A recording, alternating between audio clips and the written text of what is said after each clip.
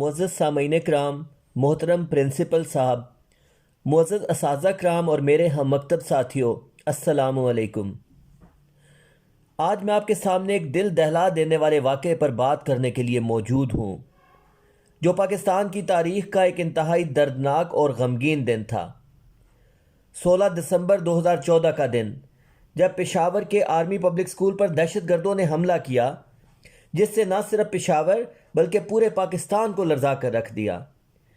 اس سانے میں 140 سے زائد بے گناہ افراد، جن میں بیشتر بچے شامل تھے، اپنی جانوں سے ہاتھ دھو بیٹھے۔ یہ واقعہ نہ صرف ہمارے دلوں میں دکھ کا باعث بنا بلکہ ہمیں گہرے المیہ کی گہرائی میں دھکیل دیا۔ ہمارے معصوم بچوں کو دہشت گردوں کے ہاتھوں بے رحمی سے شہید کیا گیا، جو صرف اپنے تعلیمی مستقبل کے خواب دیکھ رہے تھے۔ خون میں ڈوبی ہے زندگی، آسماں پر زہر ہے۔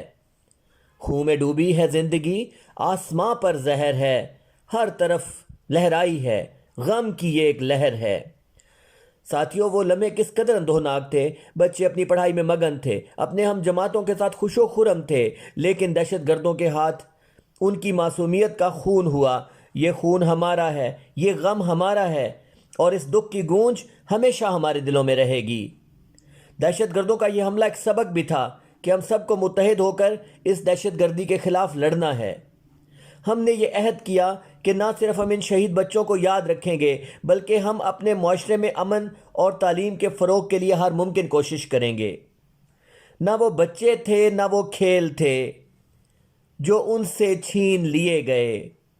ہمیں یہ یاد رکھنا ہوگا کہ یہ بچے نہ صرف پاکستان کا مستقبل تھے بلکہ وہ کسی کی بیٹیاں، بیٹے اور خواب تھے۔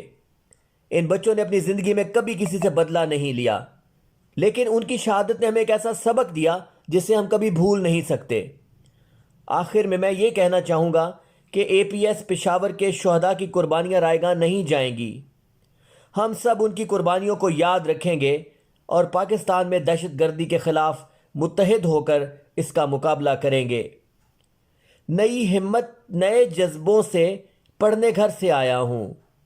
میں ہوں اقبال کا شاہین، مجھے کیا خاک ڈرائے گا۔ بڑے بزدل میرے دشمن ہمیشہ منہ کی کھائے گا۔ اللہ تعالیٰ ہمیں اپنے شہداء کی قربانیاں یاد رکھنے کی توفیق دے اور ہمیں اپنے ملک میں امن و سکون قائم کرنے کی ہمت دے۔ آمین۔ آپ سب کی سماعتوں کا بہت بہت شکریہ۔